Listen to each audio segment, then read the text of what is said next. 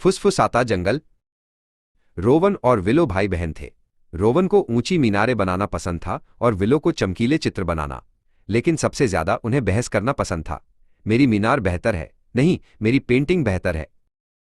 एक धूप वाली दोपहर उनका झगड़ा बगीचे में पहुंच गया।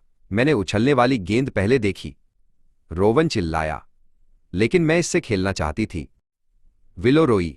वे खींचते रहे और खींचते रहे जब तक पॉप गेंद उड़कर आंगन के सबसे पीछे वाली सबसे पुरानी सबसे घुमावदार झाड़ी में जा गिरी। अब देखो तुमने क्या किया, दोनों ने एक साथ कहा।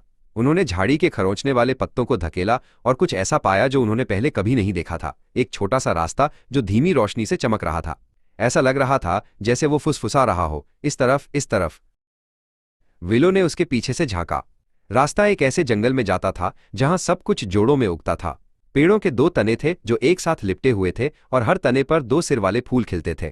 यहां तक कि रास्ते के बगल की छोटी नदी भी दो भागों में बंट जाती थी, एक पत्थर के चारों ओर घूमकर फिर से मिल जाती थी।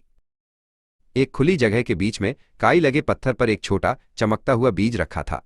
उसके बगल में एक तख्ती पर लिखा था, बढ़ने के लिए मुझे दो हाथ चाहिए जो एक होकर काम करें, एक धक्का और एक खिंचाव जब तक काम पूरा न हो जाए। आसान है, रोवन ने एक तरफ से पकड़ते हुए कहा। नहीं, मुझे करने दो, विलो ने दूसरी तरफ से पकड़ते हुए कहा। रोवन ने धक्का दिया। विलो ने खींचा, बीज बस हिला और डगमगाया। तुम गलत कर रहे हो, रोवन ने कहा। नहीं, तुम कर रहे हो, विलो ने कहा। छोटे बीज की चमक फीकी पड़ने लगी। वे रुक गए और उदास धुंधले होते बीज को देखा। फिर उन्होंने जुड़वा पेड़ों और दोहरे फूलों को देखा। विलो को एक विचार आया।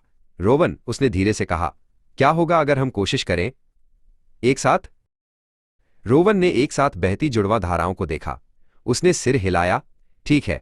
इस बार उन्होंने पकड़ा नहीं, उन्होंने धीरे से अपने हाथ बीज पर रखे। उन्होंने पेड़ों और धाराओं की तरह एक साथ काम करने के बारे में सोचा। एक साथ उन्होंने धीरे से नीचे धकेला, फिर एक साथ उन्होंने धीरे से ऊपर उठाया। बीज एक गर्म तेज रोशनी से धड़क उठा। एक अंकुर ऊपर की ओर निकला, घूमता और मुड़ता हुआ एक सुंदर छोटे पेड़ में विकसित हुआ जिसकी पत्तियां धूप की तरह चमकती थीं।